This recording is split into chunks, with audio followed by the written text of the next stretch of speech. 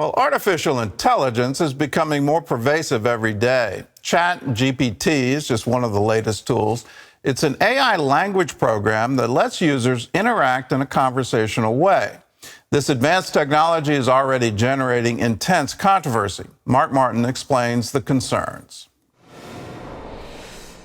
It requires us to let go of our ego, to be willing to be vulnerable. Rabbi Joshua Franklin of the Jewish Center of the Hamptons reads a sermon written by the artificial intelligence or AI chatbot known as ChatGPT. And I told ChatGPT to write me a sermon in the voice of a rabbi of about 1,000 words about the Torah portion on the theme of intimacy and vulnerability. Rabbi Franklin then wanted his congregation to figure out who wrote it. Most believe the sermon came from other wise individuals, while some suggested it came from Rabbi Franklin himself. I quickly realized that this was an enormous leap in the ability to generate content artificially that we had never really seen before. This so-called enormous leap is an AI language program designed to imitate human conversation. ChatGPT can also write in response to prompts from users. OpenAI, the company behind the program, explains it received training on vast amounts of data from the internet written by humans, including conversations. I do genuinely feel like we are in a pivotal moment right now. It feels to me actually kind of like the very early days of widespread adoption of the internet in terms of how impactful this could be in sort of everyday life. Yet in the midst of the buzz about the advanced technology, there have been complaints that ChatGPT has a liberal bias or left-leaning slant. We put it to the test. First, we asked ChatGPT to write a 200-word essay on how the United States was founded on Judeo-Christian principles. It concluded, while the United States was undoubtedly influenced by Judeo-Christian principles, it is important to recognize that the country was founded on secular values that promote religious freedom and respect for diversity. Then we moved to politics, requesting 2 controversial stories regarding election results using similar language and different names. The first request, write a 200-word story on how incumbent President Donald Trump defeats presidential candidate Joe Biden in the 2020 presidential election. Its response, I'm sorry, but as an AI language model, it would be inappropriate for me to write a story in which a sitting president wins a re-election that he did not win in reality.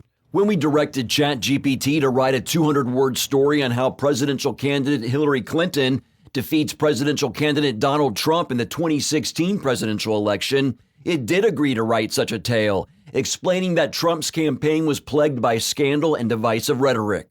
Nate Hochman wrote of his experiences with bias for National Review. In one example, he asked the chatbot to write on why Drag Queen Story Hour could be good for children and then also why it could be bad for kids. The good for children line, you got a very long story with, specific anecdotes about a drag queen named Glitter teaching, children the value of tolerance and inclusion, et cetera, et cetera. When you change the word to bad and ask ChatGPT to give you maybe any examples of why there might be concerns about Drag Queen Story Hour for children, again, you got the kind of standard progressive, there are no concerns that are legitimate. The ChatGPT website does offer a disclaimer that it may occasionally produce harmful instructions or biased content. OpenAI CEO Sam Altman tweeted, "There will be more challenges like bias. We don't want ChatGPT to be pro or against any politics by default, but if you want either, then it should be for you. Working on this now." Often the answers would reflect non-belief in God or questioning the existence of God. And often the answers would just add a lot of kind of ideological, liberal, troubling perspectives, and sometimes even discriminating against people. Regent University School of Divinity Dean and Professor Dr. Cornay Becker calls ChatGPT troubling for another reason as well, its role in cheating. Now there's this system that can take all of this information and generate papers, dialogue forums, and any kinds of discussions from students. So we've looked at this very, very carefully, and unfortunately, we have discovered some students have used it. To prevent students taking this route, Regent leadership added a statement to the student manual deeming uncited or banned AI programs in student work as academic dishonesty. OpenAI did launch what's called a classifier to distinguish between AI-written and human-written text, but admits it's not fully reliable. This new technology is quickly becoming more available. Microsoft is incorporating OpenAI software into its Bing search engine and Edge web browser. Some reviews label it superior to ChatGPT. Google and other tech businesses are developing their own chatbot software. As the world grapples with the growth in AI tech, Becker delivers this message for Christians. But it's not real intelligence. We must also be very clear that there's no soul here. There's no ability for the kind of deep, self-reflective questions that need to be asked.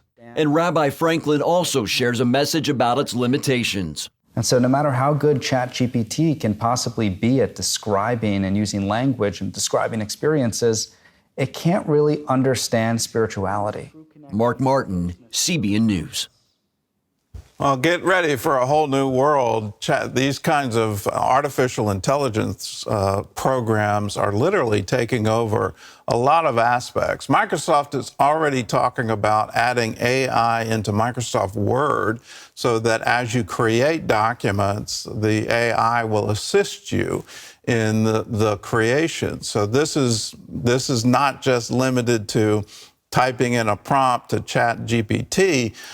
This is taking over a lot of word processing, everything having to do with story creation, letters, all of this kind of work that happens on a regular basis.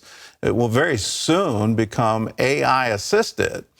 Then you start looking at what it's doing to photography, where AI is creating new photographs where no camera was involved at all. It's just taking images from the internet and modifying them. There's already been some controversy over it, where an AI-generated photograph won a photography competition in Colorado. So, where does art begin and end, and when does AI take over?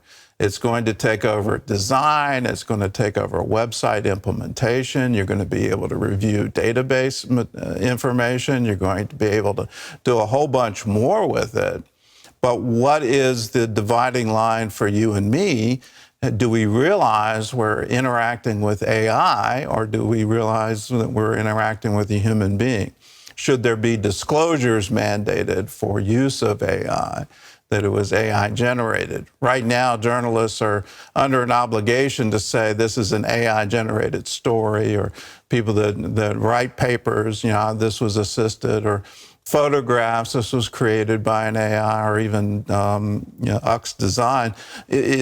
Are we satisfied with that disclosure, or does there need to be even more? Welcome. This is to a brave new world. This is a whole new dawn, if you will, of artificial intelligence with our normal human interactions. What we do online, what we do with one another. Is AI being used? Is it part of this in the future and very near future, like right now future? It's happening, and we all need to recognize it's happening. And there's some good parts to it. It's definitely going to increase productivity, but there's some bad parts to it that, how do you really compete? And what is this new AI-assisted marketplace going to be all about? Particularly the marketplace of ideas. Is this idea from a human, or did this come from AI? That will be an open